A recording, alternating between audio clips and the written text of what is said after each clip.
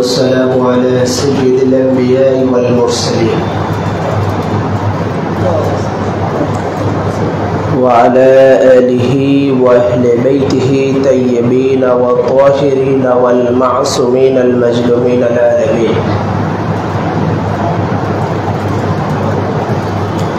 وخصوصا على سيدنا الغوث الأعظم وعلى جده نبينا وعليهم الصلاة والسلام. فأعوذ بالله من الشيطان الرجيم. بسم الله الرحمن الرحيم. ولنبلونكم بشيء من الخوف والجوع ونقص من الأموال والأنفس والثمرات وبشر الصابرين إلى آخر الآية. وقال رسول الله صلى الله تعالى عليه وسلم: شهدت قتل الحسين عنيفا. रब करीम जुल जलाली वल इकराम महान सुबहानहु व ताआलार दरबारे शुक्रिया ज्ञापन करছি रब्बे करीम আপনাকে আমাকে জান্নাতের মালিক ও মুখতার নবী জানিশিন হেদারে করার লখত জগার নূর নজার রাসূলুল্লাহ সাল্লাল্লাহু তাআলা আলাইহি ওয়াসাল্লামের দেহের অংশ सैयद शुहदा शहीद करबला सैयदना इमाम अली मकाम मौला इमाम हुसैन अलैहिमुस्सलातु वस्सलाम पाकेर जिक्र शहादतेर मजलिस पाके आशार माथा ठोकाনোর সুযোগ করে দিয়েছেন। এজন্য সকলেই শুকরিয়া জ্ঞাপন করি আলহামদুলিল্লাহ। লক্ষ কোটি দুরুদ ও সালাম আকাই নামদার তাজদারে মদিনা रसूल करीम रऊफ़ुर रहीम सय्यदुल मुरसलीन इमामुल अंबिया रहमत दो जहां नबी मुहम्मदुर रसूलुल्लाह सल्लल्लाहु ताआला अलैहि वसल्लम এর কদমে ইখলাস।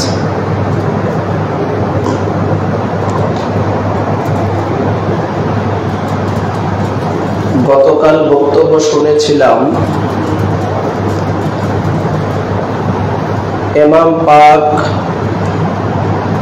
মদিনা মুনওয়ারা থেকে 60 হিজরি 28 রজবুল মুআজ্জম রওনা হয়েছিলেন। ওখান থেকে মদিনা শরীফ থেকে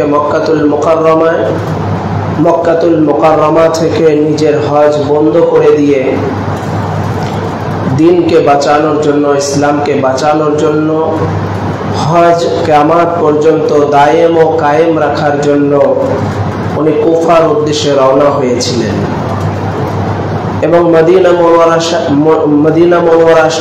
মদিনা মুনওয়ারা ছেড়ে আসা, মক্কাতুল মুকাররমা ছেড়ে আসা এক হৃদয় বিদারক ঘটনা ছিল ইমাম পাকের। সেগুলো আমরা গতকাল শুনতে 8ই মুহররমুল হারাম পর্যন্ত এসেছিলাম এবং ওনাদের যে পানি বন্ধ করে দেওয়া হলো এবং হযরতে আব্বাস আলমদার আলাইহিমুসসালাতু ওয়াসসালাম যে শাহাদাত বরণ করলেন নহরে ফুরাতের নিকটে, সেটাও আমরা শুনেছি। আজ ঠিক ওই জায়গা থেকে শুরু করতে চাচ্ছি। আজ 9 মুহররমুল হারামের রজনী, ময়দানে কারবালাতে এক একটা রজনী অতিক্রম করছেন, এক একটা দিন যাচ্ছে, ওনাদের উপরে জুলুম, অত্যাচার, নির্যাতন আরো বেশি শুরু হচ্ছে। ঠিক 9 মুহররমে সকাল থেকেই হুর ইবনে জিয়াদ, ওমর বিন সাদ, উবাইদুল্লাহ ইবনে জিয়াদ, এরকম আরো যারা ছিল লানাতুল্লাহি আলাই, ওরা বারবার করে ইমাম পাকের তাঁবুর দিকে আক্রমণ করার চেষ্টা চালাচ্ছে। হযরতে ইমাম পাকের তাঁবুর মধ্যে যারা ছিলেন হযরতে আহলে বাইত আতাহার, ওনারা ইবাদত করতেন, কিন্তু এমন ভাবে আওয়াজ আসতো যে ওনাদের ইবাদতে বিঘ্নতা ঘটে যেত। 9 মুহররমুল হারামে বারবার করে যখন ওনাদের দিকে লস্করে ইয়াজিদরা ধাওয়া করতে চাচ্ছিল, ইমাম পাক তাদেরকে বলতে লাগলেন যে তোমরা যদি আক্রমণ করতে চাও তাহলে বলো, আমিও সেইভাবে প্রস্তুতি নেই, কিন্তু আমার তাঁবুর মধ্যে, খেমার মধ্যে মহিলারা রয়েছে, বাচ্চারা রয়েছে, তোমরা এভাবে আওয়াজ কেন করছো? তারা ফিরে গেল। এরকম করতে করতে আবার কিছুক্ষণ পরে তারা আসতে লাগলো। আবার ইমাম পাক যখন তাঁবু থেকে বেরিয়ে আসলেন, তারা আবার ফিরে গেল। এভাবে করতে করতে 9 মুহররমুল হারামের রজনী কেটে যায়। ঠিক এইভাবে করেই পুরা 9 মুহররম শরীফটা কেটে যায়। আশুরা পাকের রাত যেটাকে বলে, 9 মুহররম দিবাগত রজনী যেটাকে বলে, আশুরা পাকের রাত, শবে আশুরা, ওই দিনটা ছিল এক হৃদয় বিদারক ঘটনা। ইমামে আলী মাকামের সাথে মাত্র কয়েকজন সফর সঙ্গী হয়ে আসা যারা এসেছিলেন, ওনাদের মনটা মলিন ছিল। ইমাম পাক বুঝতে পারলেন যে এরা হয়তো বা বাড়ির কথা মনে পড়েছে, অথবা 6 মাস আগে মদিনা মুনওয়ারা থেকে আমরা এসেছি, হয়তো এনাদের ঘরের কথা মনে পড়েছে। এই জন্য ইমাম পাক সেই রজনীতে নিজের তাঁবুর লাইটগুলো বন্ধ করে দিলেন। বন্ধ করে দেওয়ার পরে উনি এক এক করে বলতে লাগলেন যে দেখো, আমি ময়দানে কারবালাতে যে এসেছি, এইটা আমার 6 মাসের থেকে প্ল্যান নয়, এটা আমি বহু আগে থেকে, রোজে আজল থেকেই আল্লাহ পাকের কাছে ওয়াদা করে আমি ময়দানে কারবালাতে এসেছি। যেটা দাদা হুজুর পাক তাআলা নওহায়ে জামিলের মধ্যে লিখেছেন, ওয়াদা করাফায়া রোজে আজল কা, যে রোজে আজলে তিনি আল্লাহ পাকের কাছে ওয়াদা করেছিলেন যে রাসূল পাক সাল্লাল্লাহু আলাইহি সাল্লামকে দুনিয়াতে আনার জন্য এবং দ্বীন ইসলামকে প্রতিষ্ঠিত করার জন্য, ইসলামকে দায়েম ও কায়েম রাখার জন্য আমি আমার নিজের জীবন আল্লাহর রাহে কোরবানি দিয়ে ইসমাঈল আলাইহিস সালামের ফিদিয়া হিসাবে কালিমার ওয়াহদানিয়তকে আমি রক্ষা করব, বাঁচাবো। ইমাম পাক বললেন, আমি তো এই ওয়াদাটা রোজে আজলে করে এসেছি, এই জন্য তোমরা যদি মনে করো এখান থেকে তোমরা চলে যাবে, তাহলে আমার তাঁবুর লাইটগুলো, বাতিগুলো আমি বন্ধ করে দিয়েছি, নিভে দিয়েছি, তোমরা চাইলে এক এক করে বেরিয়ে যেতে পারো, এর জন্য শর্মিন্দা হওয়ার কোনো ব্যাপার নয়। কিন্তু বেশ কিছুক্ষণ পরে আবার লাইটগুলো জ্বালিয়ে দেওয়া হলো, দেখা গেল একজনও ওখান থেকে যায়নি। ইমাম পাক জিজ্ঞাসা করলেন, কি ব্যাপার, তোমরা এখান থেকে কেন গেলে না? এখান থেকে তো তোমাদের যাওয়া উচিত ছিল।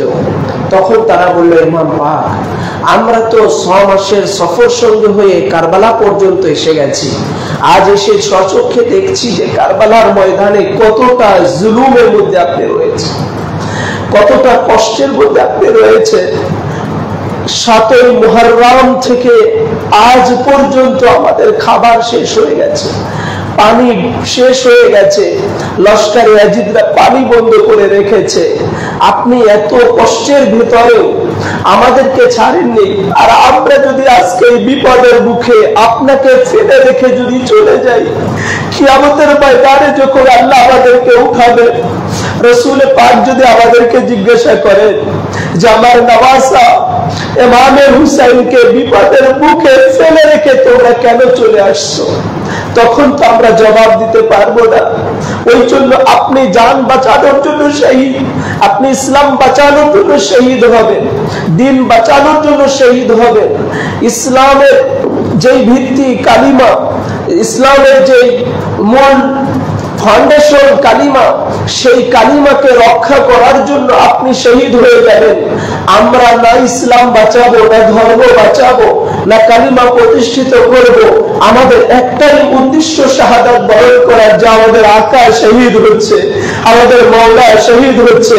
এই জন্য আমরা প্রত্যেকেই আপনার কদমে কুরবান হয়ে যাব। তাই যারা এসেছিলেন ইমাম পাকের সাথে সবাই ইমাম পাকের কদমে কুরবান হয়েছেন, শহীদ হয়েছেন। আর এক ইমাম পাক শুধুমাত্র ইসলাম বাঁচানোর জন্য, ধর্ম বাঁচানোর জন্য, কালিমা প্রতিষ্ঠিত করার জন্য শহীদ হয়েছে। ওনারা রয়ে গেলেন। এদিকে সকাল হতে না হতে একজন ঘোড়ায় সওয়ার হয়ে দূর থেকে অনেক দ্রুত গতিতে আসতেছিল ইমাম পাকের তাঁবুর দিকে। ইমাম পাকের কাছে খবর দেওয়া হলো যে ইমাম পাক কে যেন ঘোড়ায় সওয়ার হয়ে মেকআপ পরিহিত অবস্থায় আপনার খেমার দিকে আসতেছে, আপনি বেরিয়ে আসুন। ইমাম আলী মাকাম বেরিয়ে আসলেন, ঘোড়া থেকে সওয়ারি নামলেন।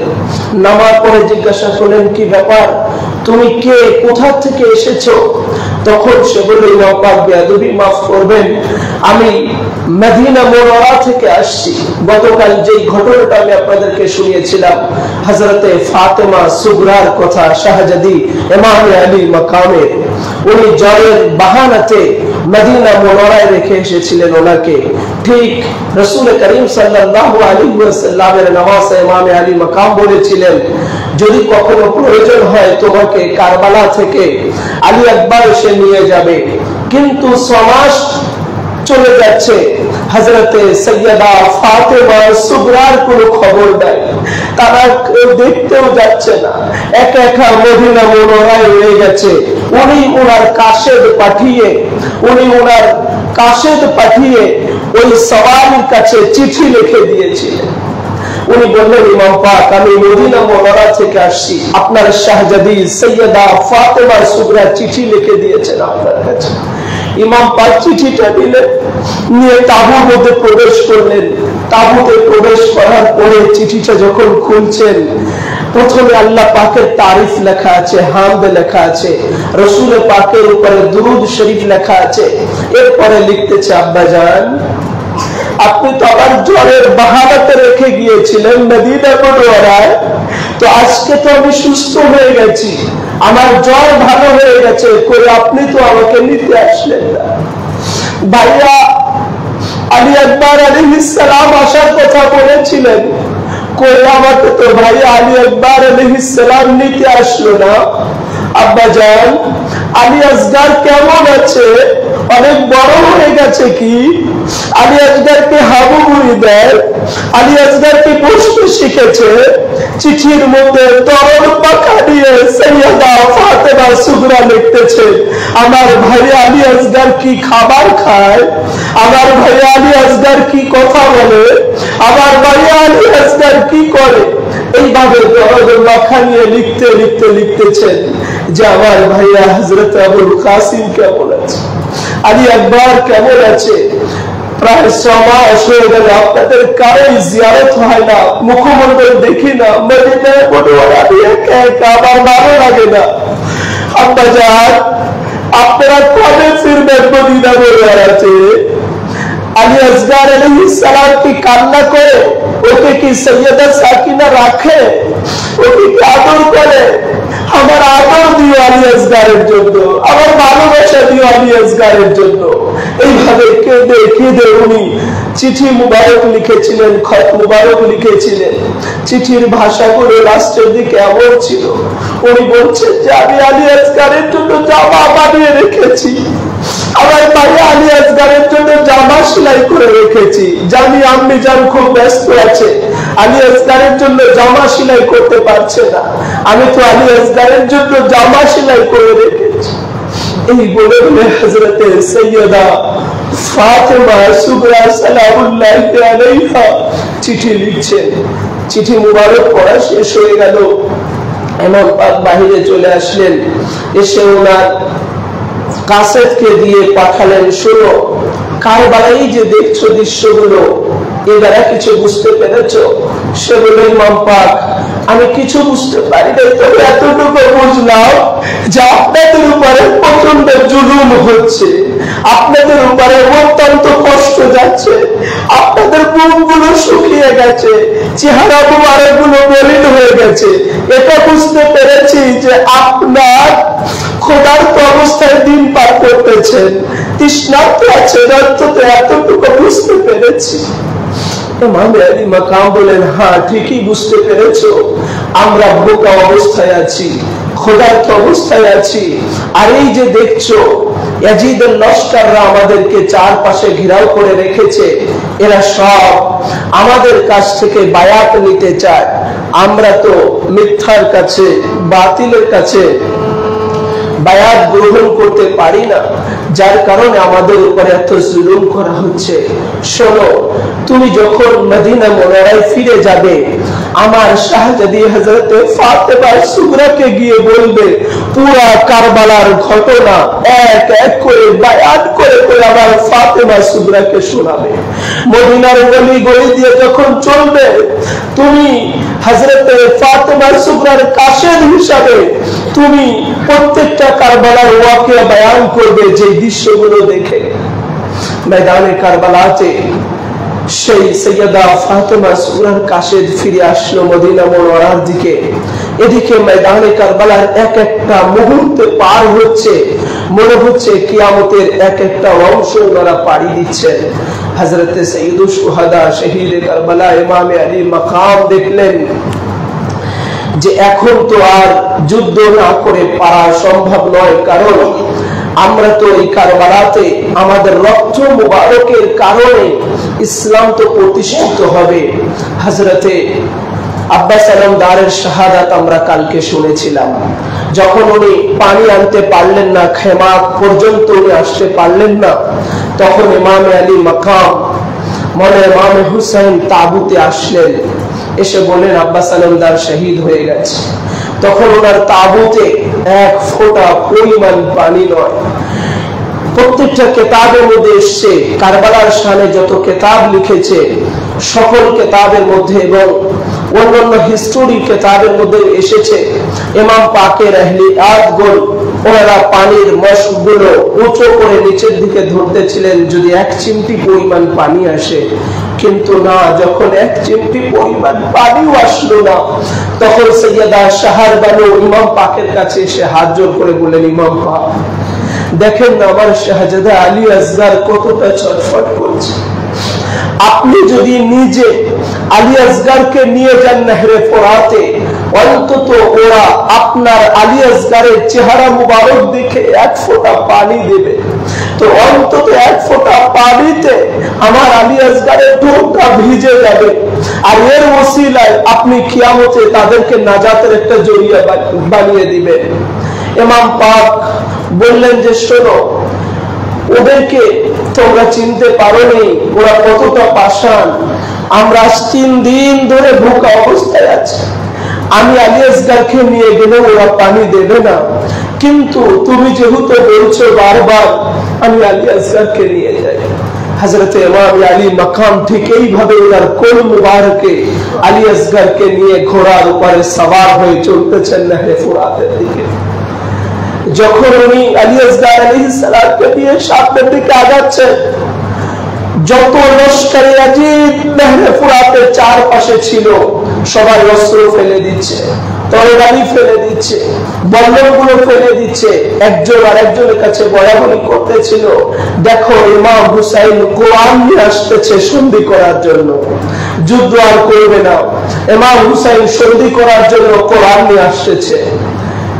কিছু দূর যাবার পরে তারা বুঝতে পারলো যে ইমাম হুসাইনের কোলে কোরআন নয়, জিন্দা কোরআন রয়েছে, না থেকে কোরআন রয়েছে হযরত আলী আসগার আলাইহিস সালাম। কেননা মাওলা আলী সিফিনের যুদ্ধে যখন যুদ্ধ করছিলেন, মুয়াবিয়া লানাতুল্লাহি আলার লোকেরা কোরআন শরীফ ছিঁড়ে ছিঁড়ে বল্লমের আগায় তুলেছিল, গেঁথেছিল। কোরআনের সবচেয়ে অবমাননার ঘটনা ঘটেছিল সিফিনের যুদ্ধে। তখন মাওলা আলীর কাছে এসে ওনার গোলামরা বললেন, ইয়া আমিরুল মুমিনিন, দেখেন ওরা সন্ধি চায়। মাওলা আলী বলেছিলেন, আনা কোরআনুন নাতিকুন ওয়া হাদা কোরআনুস সামিতুন। আরে ওটা তো বুবা কোরআন, ওরা এটা বাহানা করছে, তোমরা বুঝতে পারছো না। আনা কোরআনুন নাতিকুন, আমি বললে ওয়ালা কোরআন, জিন্দা কোরআন, ওটা তো বুবা কোরআন, কথা বলতে পারে না। আমি জিন্দা কোরআন বলছি, যুদ্ধ চালিয়ে যাও। তো মাওলা আলী যেমন জিন্দা কোরআন, মাওলা আলীর আওলাদ পাক প্রত্যেক ঘরের ছোট্ট ছোট্ট বাচ্চারা ওরা এক একজন জিন্দা কোরআন। না থেকে কোরআন বলনেওয়ালা কোরআন।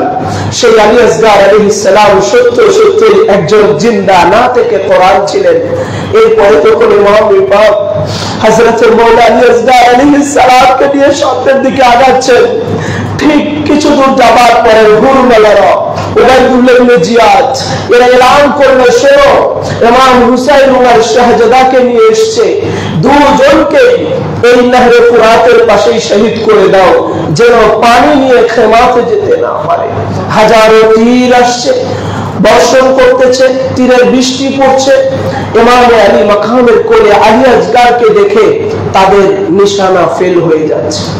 উবাইদুল্লাহ ইবনে জিয়াদ ওমর বিন সাদ জিজ্ঞাসা করছে, কি ব্যাপার, তোমরা এত বড় বড় তীরন্দাজ, অথচ আজকে তোমরা তীর মারতে হাত কাঁপছে, পিছু পা হচ্ছ, কারণটা কি? তারা বলে উঠলো, আপনি কি চান আমরা কোরআনের উপরে তীর নিক্ষেপ করি? তখন তারা জিজ্ঞাসা করলো, কিসে, কোরআন কোথায়?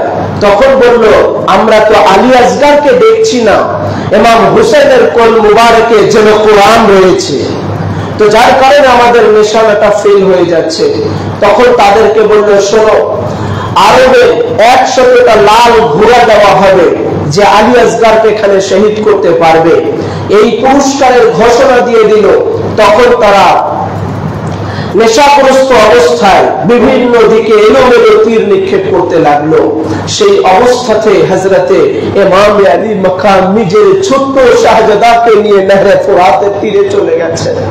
যাবার পর ওনার চুল্লু মুবারক দিয়ে পানি উঠাচ্ছেন, আলী আসগার আলাইহিস সালামকে পান করাবেন। ঠিক সেই মুহূর্তে, সেই সময় মওলা আলী আসগার ঘুমিয়েছিলেন, হঠাৎ করে ওনার কোল মুবারকে লাফিয়ে উঠলেন, আরেকটা তীর এসে হযরত আলী আসগার আলাইহিস সালামের গলা, ছোট্ট গলা মুবারক ভেদ করে ইমাম আলী মাকাম মওলা হুসাইনের বক্ষ মুবারকে বিঁধে যায়। আলী আসগার আলাইহিস সালাম বলেন, আপা যান, আমার গলা মুবারক এত চিকন যে আমি আপনাকে রক্ষা করতে পারলাম না, আমার গলা ভেদ করে আপনার বক্ষ মুবারকে তীর বিঁধে গেল, আপনি আমাকে ক্ষমা করবেন। হযরত ইমাম আলী আসগারের পবিত্র রক্ত মুবারক নহরে ফুরাতে পড়ে যেতে চাচ্ছে, উনি চুল্লু মুবারক দিয়ে রক্তগুলো ধরলেন। যখন জমিনে কারবালার নহরে ফুরাতের দিকে রক্ত মুবারক যাচ্ছে, এই ছোট্ট শিশু আলী আসগারের রক্ত মুবারক দেখে পানির জবান খুলে গেছে। বলছে, ইমাম পাক, আপনার এই ছোট্ট আহলে বাইত তাহার পবিত্র রক্ত মুবারক যদি এই পানিতে পড়ে, কিয়ামত পর্যন্ত আপনার নানার উম্মতি মুহাম্মাদিরা পানি পাবে না, সমস্ত পানিগুলো রক্তে পরিণত হয়ে যাবে। ইমাম পাক আসমানের দিকে রক্ত ছুঁতে চাইলেন, আসমান থেকে জবাব আসলো, আপনি যদি এই রক্ত মুবারক আসমানের দিকে নিক্ষেপ করেন তো কিয়ামত পর্যন্ত চন্দ্র আর সূর্য উদিত হবে না।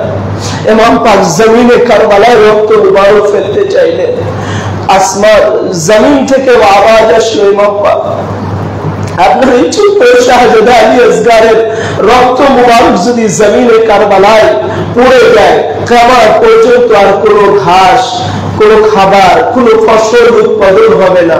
ইমাম পাক পর মুহূর্তে সমস্ত রক্ত মুবারক গুলো নিজের গা মুবারকে মেখে নিলেন। হযরত আলী আসগার আলাইহিস সালামকে নিয়ে উনি ফিরতেছেন এবার তাবুত দিকে। একজন পিতার কাছে সবচেয়ে বড় কষ্টের, বেদনার, ব্যথার সবচেয়ে বড় ভারী সন্তানের লাশ কাঁধে করা, সন্তানের দেহ মুবারক নিজের পিতার সামনে শহীদ হওয়া, নিজের পিতার সামনে একজন সন্তানের লাশ সবচেয়ে বড় কষ্টের। একজন পিতা চেষ্টা করে নিজের সমস্ত জীবনের গোছানো টাকাগুলো দিয়ে, ঘর বাড়ি দিয়ে, পয়সা পাতি দিয়ে, জমি বিক্রি করে সন্তান অসুস্থ হলে তাকে চিকিৎসা করার জন্য। কেন? একজন পিতার কাছে সবচেয়ে দামি বস্তু হচ্ছে, সবচেয়ে মূল্যবান বস্তু হচ্ছে একজন সন্তান। ঠিক হযরতে ইমাম আলী মাকামের কাছে উনার শাহজাদার লাশ মুবারক, একজন পিতার কোলে সন্তানের লাশ কতটা ভারী হতে পারে চিন্তা করে। আমাদের আব্বাই যদি ইন্তেকাল করেন, আমরা লাশ যদি কাঁধে করি, 10 কদম গেলে মনে হয়েছে কতটা রাস্তা যেন অতিক্রম চলে আসছি। বাড়ির পাশে যদি গোরস্থান থাকে, সামান্য একটু যেতেই মনে হয় কতটা ঘন্টা যেন আমরা অতিক্রম করলাম। সে জায়গায় ইমাম আলী বকর নিজের ছোট্ট জাহাজা আলী আসগারের দেহ মুবারক নিয়ে এবার উনি তাঁবুর দিকে আসতেছেন। তাহলে কতটা ভারী হয়েছিল আলী আসগার আলাইহিস সালামের এই ছোট্ট তাঁবুটা। হযরত আলী আসগার আলাইহিস সালামকে নিয়ে যখন তাঁবুর সামনে আসলেন, সৈয়দা শাহরবানু জিজ্ঞাসা করলেন, কই আমার আলী আসগার কি ঘুমিয়ে পড়েছে? কথা বলছে না যে, পানি পান করে কি ঘুমিয়ে পড়েছে?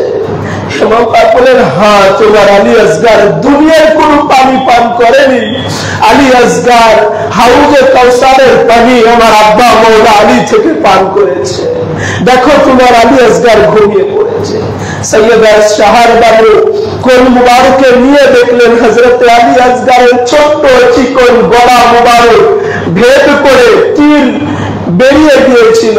ওনার এই শাহাদাত মুবারক দেখে পুরা তাঁবুতে কান্না রোল হয়ে গেল। একজন মা যখন দেখছে যে ছোট্ট আলী আসগার শাহজাদা পাকের লাশ মুবারক, ওই মায়ের কোলটা খালি হয়ে যাচ্ছে, তখন কতটা কান্না হয়েছিল খামাতে ইমাম হুসাইনের তাঁবুতে। চিন্তা করে দেখো, সে ইমাম আলী মাকামের পুরা তাঁবুর মধ্যে থেকে কান্নার আওয়াজ আসছিল। হযরত ইমাম হুসাইন আলাইহিস সালাতু ওয়াস সালাম বললেন, দাও আমার আলী আসগারকে, আমি নিজে হাতে আলী আসগার আলাইহিস সালামকে মাদফুন করব, যাতে করে ও আমার আলী আসগারের এই তাবুত পাক লাশ মুবারক যেন খুঁজে না পায়। সেই ময়দানে কারবালাতে না কোদাল ছিল, না খন্তা ছিল, না গর্ত করার মতো কোনো যন্ত্র ছিল বা কিছু ছিল। ইমাম আলী মাকাম সেই মরুভূমির মধ্যে তাঁবুর পিছনে আলী আসগার আলাইহিস সালামের লাশ মুবারক নিয়ে গিয়ে উনি হাত মুবারক দিয়ে দিয়ে উনি গর্ত করতেছেন, কবর মাজার শরীফ তৈরি করতেছেন, খুঁড়ে খুঁড়ে বালু খুঁড়ে খুঁড়ে হযরত আলী আসগারের জন্য মাজার তৈরি করলেন। মওলা আলী আসগারকে ওখানে মাদফুন করলেন। 10ই মুহররম আশুরা পাক যখন হয়ে গেল, এক এক করে লস্করে আজিদরা 71টা সার মুবারককে কেটে কেটে এক জায়গায় জমা করেছিল। তাদের মধ্যে একজন বলল, কি ব্যাপার, শহীদ তো হয়েছে 72 জন, আর একজনের সার মুবারক কোথায়? ময়দানে কারবালাতে যতজন শহীদ হয়েছে একবার করে, ইমাম হুসাইন একবার শহীদ হয়েছে, আবুল কাসিম আলাইহিস সালাম একবার শহীদ হয়েছে, হযরত আনু মুহাম্মদ একবার শহীদ হয়েছে, আবুল কাসিম একবার শহীদ হয়েছে, আলী আকবর একবার শহীদ হয়েছে, আব্বাস আলী একবার শহীদ হয়েছে। কিন্তু ময়দানে কারবালাতে যে ছোট্ট মাসুম শাহজাদা আলী আসগার ছিলেন, এক এক করে নানার উম্মতি মুহাম্মদীকে নাজাত দেওয়ার জন্য তিনবার করে শহীদ হয়েছে। উম্মতি মুহাম্মদীকে নাজাত দেওয়ার জন্য, মুক্তি দেওয়ার জন্য, আজাদ আরমানদের মুক্তি দেওয়ার জন্য এক আলী আসগারের শাহাদাতই যথেষ্ট। এক আলী আসগারের রক্ত মুবারকের এক ফোঁটাটাই যথেষ্ট উম্মতি মুহাম্মদীকে মুক্তি দেওয়ার।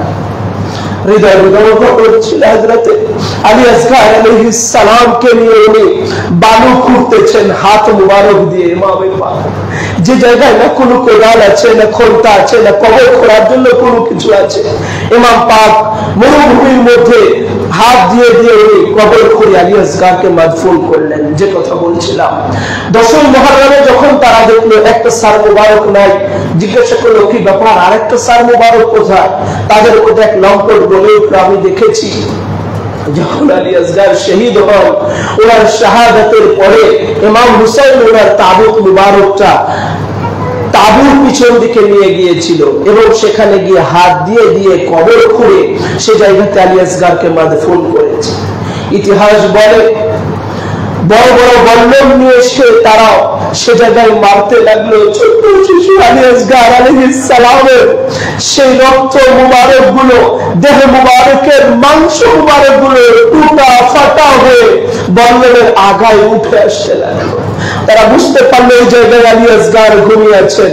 আলী আসগার আলাইহিস সালামের মাজার শরীফ থেকে মাটি খোঁড়া হলো, খুলে মওলা আলী আসগারকে উঠানো হলো। উঠানোর পরে ওনার দেহ মুবারক থেকে ছোট্ট সেই গলা মুবারক থেকে আলাদা করা।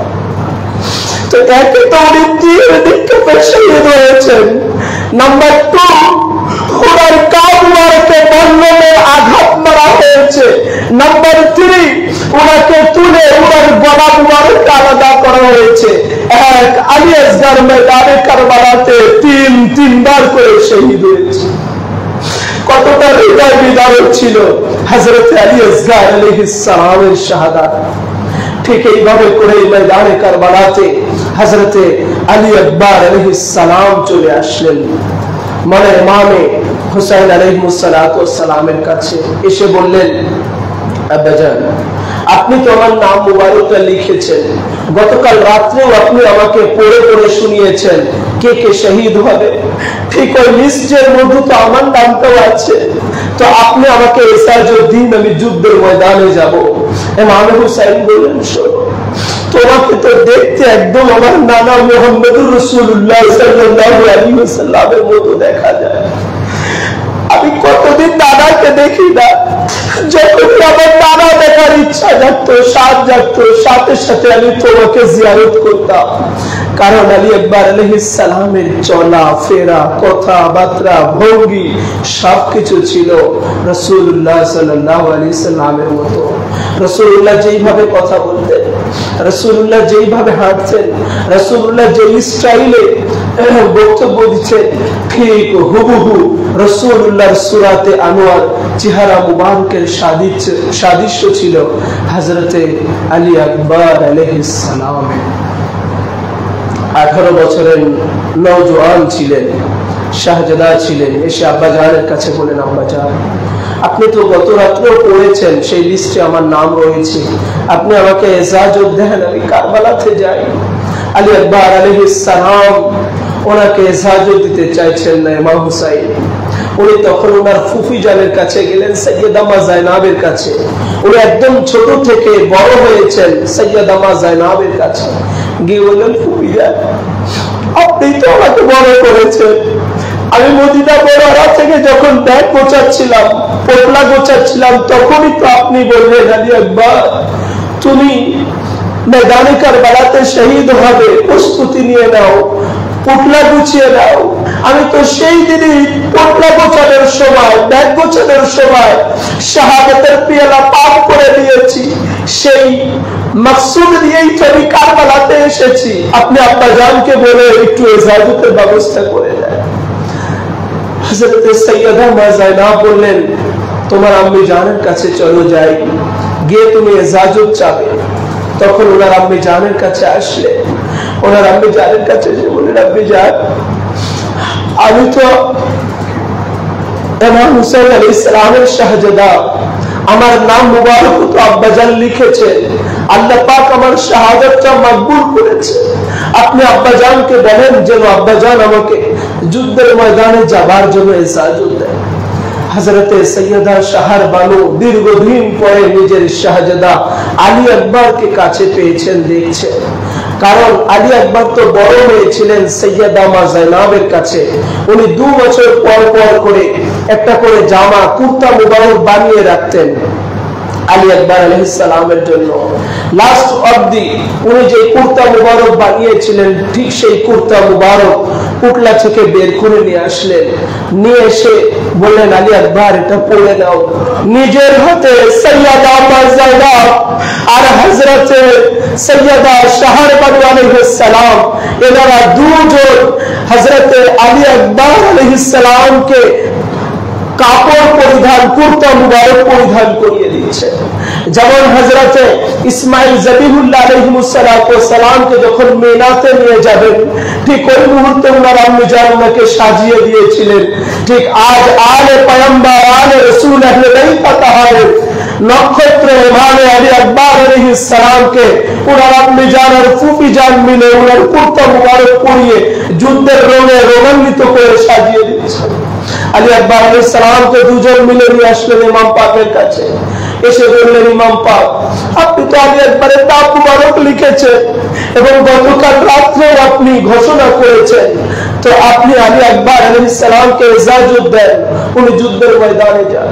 তখন হযরত আলী আকবর আলাইহিস সালামের কাছে নিলেন, কাছে নিয়ে উনি মোনাকা করলেন, কোলাকুলি করলেন, করার পরে বললেন, শাহজাদা, বেটা আলী আকবর, তোমাকে একটা শর্ত দিচ্ছি, যখন তুমি যুদ্ধের ময়দানের দিকে যাবে, যত দূর আমাকে দেখা যাবে, তুমি মুখ ফিরিয়ে আমার দিকে তাকিয়ে থাকবে, যেন আমি শাব্বিরে রাসূল রাসূলুল্লাহ সাল্লাল্লাহু আলাইহি সাল্লামের সাথে যে সাদৃশ্য আছে তোমার চেহারা আনোয়ার, এটা যেন আমি জিয়ারত করতে পারি, দেখতে পারি। এই বলে হযরত আলী আকবর আলাইহিস সালাম ওনাকে বিদায় দিলেন এবং উনি যতটা দূর গেলেন, যত দূরে রাসূল পাক সাল্লাল্লাহু আলাইহি সাল্লামের নওয়াজা ইমাম পাক ওনার আব্বাজানকে দেখা যাচ্ছিল, তত দূর থেকে উনি তাকিয়েছিলেন ইমাম পাকের দিকে। আর ইমাম পাক ততক্ষণ ধরে রাসূলুল্লাহ সাল্লাল্লাহু আলাইহি সাল্লামের সাথে সাদৃশ্য সেই আলী আকবরকে জিয়ারত করছেন।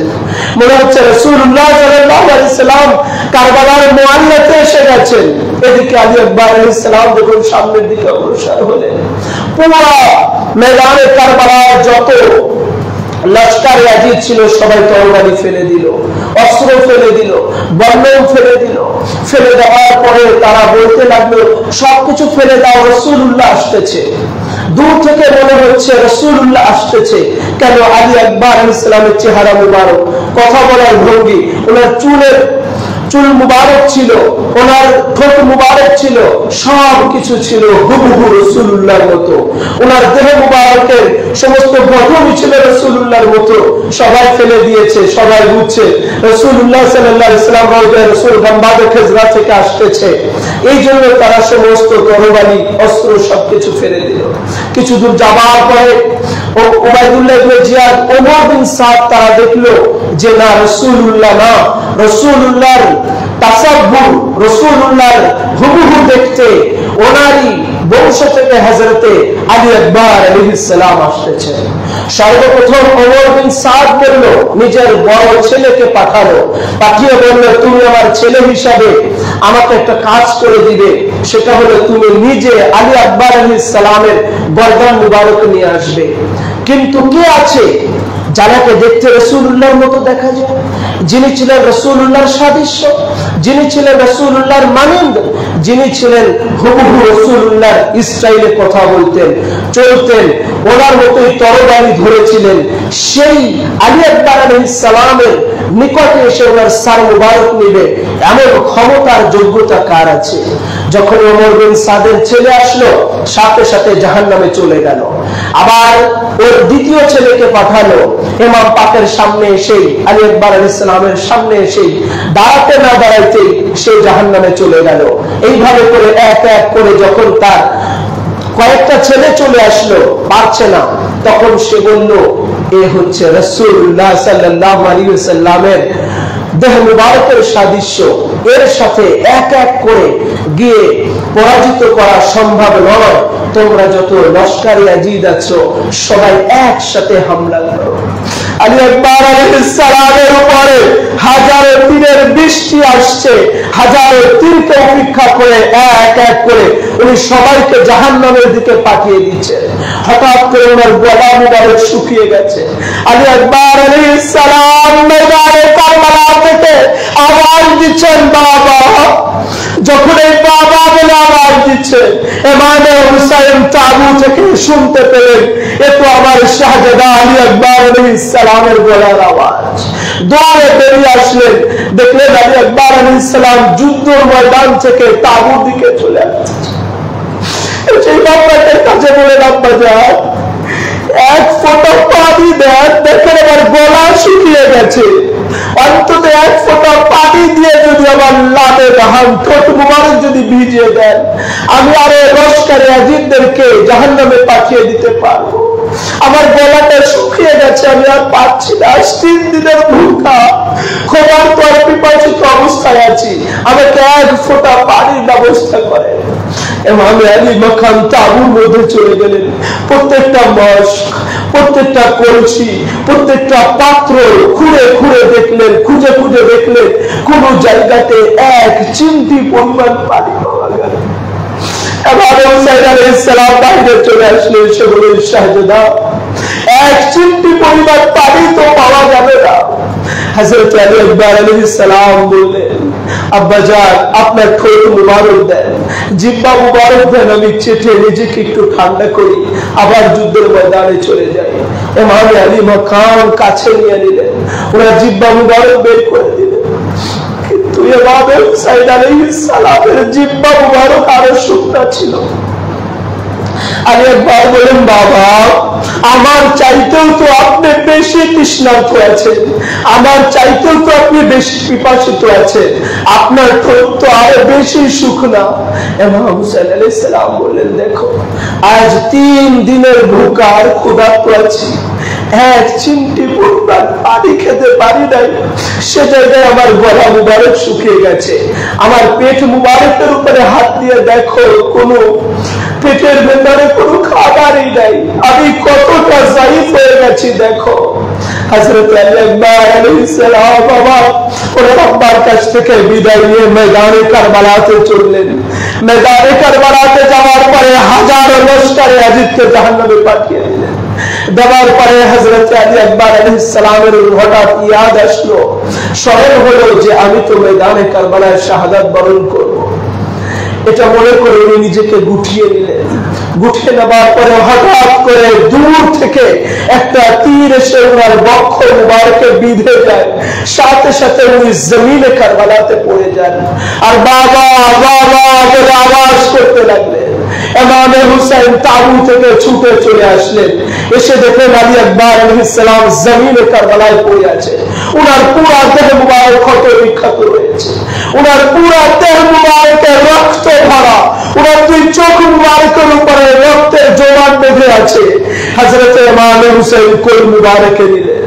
হযরত আলী আকবর আলাইহিস সালাম বলেন, আব্বা আপনার কাছে আমার একটা শর্ত আছে, আখেরি ওয়াক্তে একটা চাওয়া আছে। বলে কি? বলে যে আমার আম্মি জান আমাকে কুর্তা মুবারক পরিধান করিয়ে দিয়েছিলেন, আমাকে সাজিয়ে দিয়েছিলেন, আমার আম্মা জান যেন দেখতে পারে আমি আলী আকবর কিভাবে শাহাদাত বরণ করেছি। আপনি আমার এই কুর্তা মুবারকটা আমার আম্মি জানের কাছে নিয়ে গিয়ে দিলেন, যেন আমার আম্মি জান দেখতে পারে যে আলী আকবর দ্বীনের জন্য, ধর্মের জন্য, ইসলামের জন্য, উম্মতি মুহাম্মদি বাঁচা দেওয়ার জন্য আলী আকবরের দেহ মুবারক কতটা ক্ষত বিক্ষত হয়েছে, আলী আকবর কিভাবে শহীদ হয়েছে, ওনার পুরা গা মুবারকের রক্ত লেগে আছে, এটা যেন আমার আম্মি জান দেখতে পারে। হযরত ইমাম হুসাইন আলাইহিস সালাম ওই তীর মুবারকটা বের করার জন্য এত চেষ্টা করছেন, ওনার এক হাত মুবারক জমিনে কারবালার উপরে রাখলেন, ময়দানে কারবালার উপরে ভর দিলেন, আর এক হাত মুবারক দিয়ে উনি তীর বের করতে চাচ্ছেন, কিন্তু তীরটা এত বেশি ভিতরে প্রবেশ করেছিল যে উনি ইয়া আলী হায়দার বলে যখন টান দিয়েছেন তখন তীরটা বেরিয়ে গেল ওনার পবিত্র দেহ মুবারক থেকে। আলী আকবর আলাইহিস সালাম বললেন, চোখ মুবারক থেকে রক্তের দলাগুলো সরিয়ে দেন, আমি আপনাকে জিয়ারত করতে চাই। হযরতে ইমাম হুসাইন চাচ্ছিলেন যে শেষবারের মতো আমার নানার সাদৃশ্য আলী আকবর আলাইহিস সালামকে জিয়ারত করি, কিন্তু ওনার পুরো মুখমণ্ডলে রক্ত জড়িয়েছিল, সেই চেহারা মুবারকের আকৃতি রক্তের কারণে পরিবর্তন হয়ে গেছে। লাস্টে ওনার কোল মুবারকে আলী আকবর আলাইহিস সালাম শাহাদাত বরণ করলেন। ইন্না লিল্লাহি ওয়া ইন্না ইলাইহি রাজিউন। আরো হৃদয় বিদারক ঘটনা ছিল, এটা বলেই শেষ করে দিচ্ছি। হযরত আবুল কাসিম আলাইহিস সালামের হযরত আবুল কাসিম আলাইহিস সালাম ছিলেন হযরত ইমাম হাসান আল মুজতবা আলাইহিস সালামের শাহজাদা। ইমাম হাসান আলাইহিস সালামের আরো শাহজাদা ছিলেন, কিন্তু আবুল কাসিম আলাইহিস সালামের ঘটনাটা আমি আপনাদেরকে শোনাচ্ছি। আবুল কাসিম আলাইহিস সালাম উনি হুবহু সাদৃশ্য ছিলেন বড় ইমাম পাক ইমাম হাসান আল মুজতবা আলাইহিস সালামের মতো। ইমাম হুসাইন আলাইহিস সালাম ময়দানে কারবালাতে তাবুর মধ্যে বারবার করে একবার আলী আকবরকে, একবার আবুল কাসিম আলাইহিস সালামকে জিয়ারত করতেন। যখনই ওনার ব্যথাটা বেশি হতো, কষ্টটা বেশি হতো, ডাকতেন আবুল কাসিম, বাবা আবুল কাসিম, এই বলে ডাকতেন, সাথে সাথে দৌড়ে যেতেন, বলে বাবা তুমি আমার কাছে বসে থাকো, তোমার চেহারা মুবারক দেখলেও ভালো লাগে, আমার ভাই হাসান আলাইহিস সালামের কথা ইয়াদ হয়। হযরত আবুল কাসিম আলাইহিস সালাম বাহানা ধরলেন, চাচা যান আমাকে বিদায় দেন, আমার নামটাও তো লিখেছেন, আমি যুদ্ধের ময়দানে যেতে চাই। হযরত আবুল কাসিম আলাইহিস সালামকে কোনোভাবেই বিদায় দিতে চান না, বলেন না আমার ভাই শাহাদাত বরণ করেছে, আমার চোখের সামনে ওনার দেহ মুবারকে ৭২টা তীর নিক্ষেপ হয়েছিল, আমার ভাই তাবুতে হাসান আলাইহিস সালামের তাবুত পাকের উপরে কতটা ক্ষত বিক্ষত হয়েছিল আমি দেখেছি, আজ আমি তোমাকে বিদায় দিতে চাই না। উনি ছুটে চলে গেলেন হযরতে সৈয়দা মা যায়েনাবের কাছে গিয়ে বলেন, ফুফি জান আপনি আমাকে বিদায়ের ব্যবস্থা করেন। হযরতে ইমামে আলী মাকামের কাছে মা যায়েনাব গিয়ে বললেন যে আবুল কাসিম আলাইহিস সালাম তো যুদ্ধের ময়দানে যেতে চায়, ওনাকে আপনি বিদায় দেন। হযরতে ইমাম হুসাইন আলাইহিস সালাম বলেন, দেখো আমি আলী আসগারকে হারিয়েছি, আমি হযরত আলী আকবরকে হারিয়েছি, আমি হযরতে আব্বাস সালামদারকে হারিয়েছি, আমার ভাইয়ের মতো সাদৃশ্য আবুল কাসিম আলাইহিস সালাম থাক না।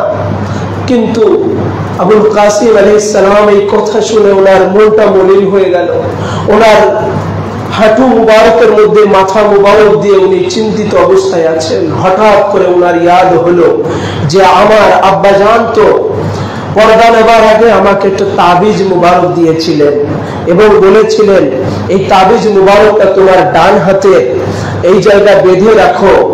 কোন কোন কিতাবের মধ্যে সে গলায় পরিয়ে দিয়েছিলেন এবং ইমাম হাসান আলাইহিস সালাম বলেছিলেন যে সবচেয়ে বিপদের মুহূর্ত যখন তোমার আসবে, সবচেয়ে বিপদ যখন দেখবে, তখন তুমি এই তাবিজ মুবারকটা খুলবে, আর তাবিজ মুবারকের মধ্যে যে একটা চিঠি আছে এইটায় যা যা লেখা আছে সেইভাবে তুমি আমল করবে।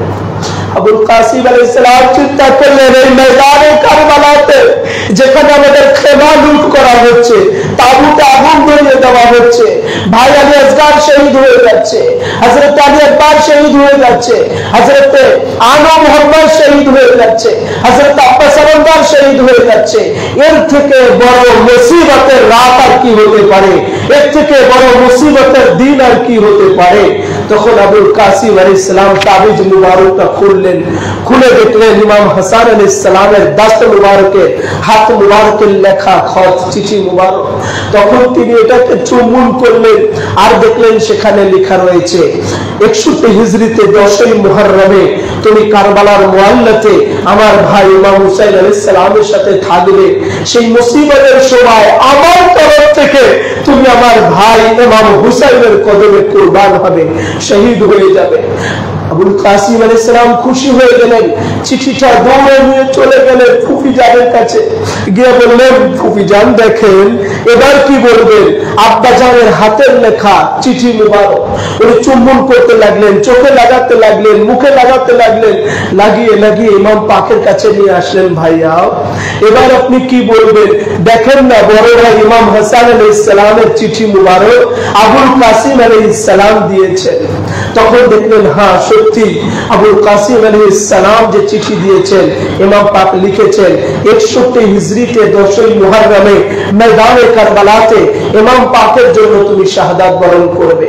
তখন হযরতে ইমাম আলী মাকামে ইজাজত দিলেন, ওই যুদ্ধের ময়দানে চলে গেলেন, গিয়ে উনিও এক এক করে নির্মম ভাবে ওনার দেহ মুবারকে এক এক করে 72টা তীরের ক্ষত হয়েছিল, ক্ষত বিক্ষত হয়েছিল।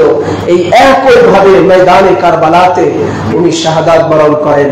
ইন্না লিল্লাহি ওয়া ইন্না ইলাইহি রাজিউন। রব্বে করিম জুল জালালি ওয়াল ইকরাম ময়দানে কারবালাতে যেই নির্মম ইতিহাস আর যেই ঘটনাগুলো ঘটিয়েছিলেন পৃথিবীর ইতিহাসে নয়, তামাম কুল কায়নাতের ইতিহাসে এই রকম ঘটনা আর দ্বিতীয়টা হয় নাই। সারা দুনিয়ার মানুষ জানে আশুরা কি, কারবালা কি, ইমাম হুসাইন কি। ইসলাম জিন্দাবাদ হয়েছে ইমাম হুসাইনের সর মুবারক, দেহ মুবারক রক্তাক্ত হওয়ার কারণে। কারণ ইমাম পাক নিজের রক্ত মুবারক দিয়ে ইসলামকে জিন্দা করেছেন। ঠিক ময়দানে কারবালাতে বিপদের মুহূর্তে ইমাম পাক দুইটা ডাক দিয়েছিলেন, কথা বলেছিলেন। এটা বলেই আমি ছেড়ে দিচ্ছি। বলেছিলেন, হাল মিন নাসরিন আনসুরনা, কেউ কি আছো তোমাদের মধ্যে যে আমাকে সাহায্য করবে? কিন্তু সেই দিন কেউ অগ্রসর হয়নি, কেউ ইমাম পাকের পাশে এসে দাঁড়ায়নি। ইমাম পাক তখনও চাচ্ছিলেন কেউ আসুক, তাকে একটু নাজাতের জড়িয়া করে দেয়, নাজাতের ফয়সালা করে দেয়। কিন্তু কারো সৌভাগ্য হয়নি সেই সময় আসার। হুর এসেছিল, লাস্ট অব্দি ইমাম পাককে চিনেছিল। আসার কারণে ওনার মুহাব্বত কিঞ্চিত পরিমাণ রাখার কারণে হুর জান্নাতি হয়ে গেল।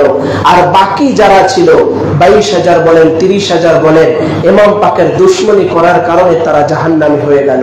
অতএব এটা দ্বারাই বোঝা যায় হুসাইনের মুহাব্বতই আসল, আহলে বাইতের মুহাব্বতই ঈমান, আহলে বাইতের মুহাব্বতই সব। আহলে বাইতের মুহাব্বত ছাড়া ইবাদত বন্দেগী কোনো কিছুর দাম নাই। তার আরেকটা প্রমাণ হলো ইমাম পাক ময়দানে কারবালাতে বলেছিলেন, আলাম তাসলুমুনা। ইমাম পাক জিজ্ঞাসা করেছিলেন যে তোমাদের মধ্যে কি একজন মুসলমান নেই? অথচ সে জায়গায় 300 কারি ছিল, 400 হাফেজে কোরআন ছিল, 700 মুফতি ছিল কারবালাতে। যতজন এসেছিল 22,000 বলেন 30,000 বলেন, প্রত্যেকের মাথায় টুপি ছিল, গায়ে জুব্বা ছিল, হাতে তসবিহ ছিল, জুবানে আল্লাহর জিকির ছিল, মুখে বড় দাড়ি ছিল। সব কিছু থাকার পরেও তাদের এজিদের বস্তিতে আজানও হয়েছিল, ওই বস্তিতে নামাজও হয়েছিল, ইমাম হুসাইনের সালামের খেমাতে আজান হয়েছিল, আকামত হয়েছিল। কিন্তু এই খেমার আজান আর নামাজ আর ওদের বস্তির আজান আর নামাজ এক ছিল না। ওদের নামাজ আর আজান ছিল ইমাম হুসাইনের রক্ত নেওয়ার জন্য, আর ইমাম হুসাইনের আজান আর নামাজটা ছিল রক্ত দিয়ে আজান আর নামাজকে প্রতিষ্ঠিত করার জন্য। ঠিক হক আর বাতিল হচ্ছে এটা। আমরা নিজেরাও এই মুহররমকে বুঝতাম না, শোক কাকে বলে বুঝতাম না, এই গমজদাকে এটা বুঝতাম না, যদি কিনা ইমাম হুসাইন আলাইহিস সালামের আওলাদ পাক, ওনার শাহজাদা পাককে নিজে পীর ও মুর্শিদ হিসাবে যদি না পেতাম। আমাদের সৌভাগ্য যে মেদিনীপুর দরবার শরীফ আলে মুহাম্মদের দরবার পেয়েছি বলে আজকে আজাদারি বুঝতে পেরেছি, জিক্রে শাহাদাত চিনতে পেরেছি, কারবালাকে বুঝতে পেরেছি। সারা বাংলাদেশে কারবালার মাহফিল হচ্ছে, কারবালার কথা হচ্ছে, কিন্তু ওই কারবালার কথা, ওই মাহফিল আর এই মেদিনীপুর দরবার শরীফ ওয়ালাদের মজলিস দিন আর রাত তফাৎ আছে। কারণ হচ্ছে এনারা আলে মুহাম্মদ, এনাদের আব্বা জান, এনাদের দাদা জান, এনারা শহীদ হয়েছেন, এনাদের দরদটা বেশি। রব্বে করিম জুল জালালি ওয়াল ইকরাম যেন আপনাকে আমাকে সকলকে যেন যে দরবার পেয়েছি, এই আলিশান দরবার হুজুর পাকদের দামান কদম মুবারক শক্ত করে ধরে রেখে ইমাম পাকদের মুহাব্বত, আহলে বাইতের মুহাব্বত রেখে যেন যাবার তৌফিক আতা করুন। সকলে বলে আমিন সুম্মা আমিন। আসসালামু আলাইকুম ওয়া রাহমাতুল্লাহি তাআলা।